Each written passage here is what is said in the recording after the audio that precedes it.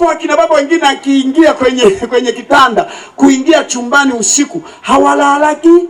Wanaombea usiku ingalau uche haraka.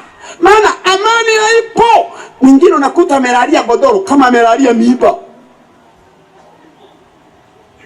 Kama na mke akatulii, kana mtekenya tu kwa wakati. Wewe nimekuona unatembea, mlikuwa na mama fulani, ni unafikiri sikuwaona. Hivi kwani kutembea na mwanamke ni shida?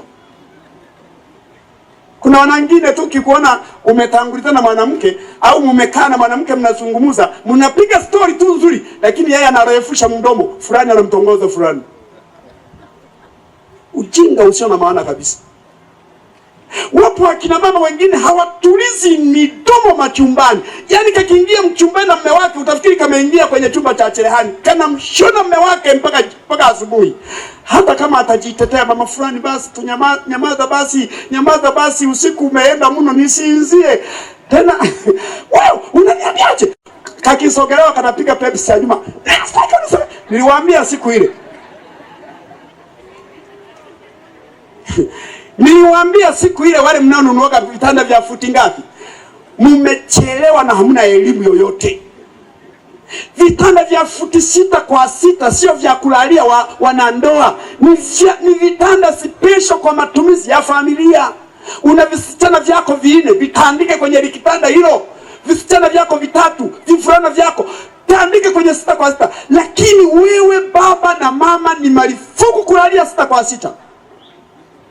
Ukitandika kitanda hicho na ukalalia baba na mama, umetengeneza kiwanja cha kuchezea mpira.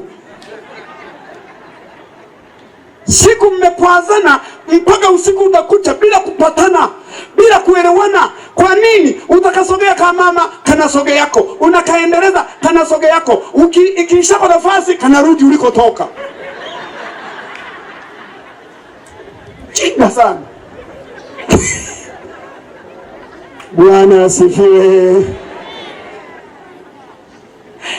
Kwa mujibu wa kanuni za Biblia, mwanandoa anapaswa alalie kitanda cha futi 3.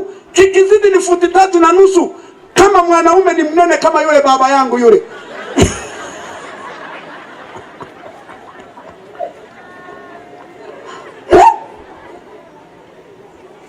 Ili kusudi unapokuwa kwenye hicho kitanda, siku mmekwazana, pakose pa kukimbilia. Akisogea yako tu, nafasi nafanya nini ndani? Inaisha, mnabanana. Kupitia huo mbanano mnaelewana.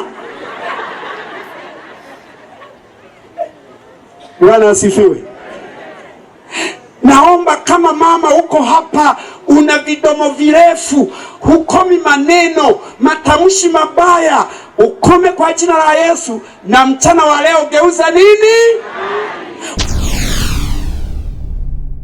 Get the point. Take a step forward.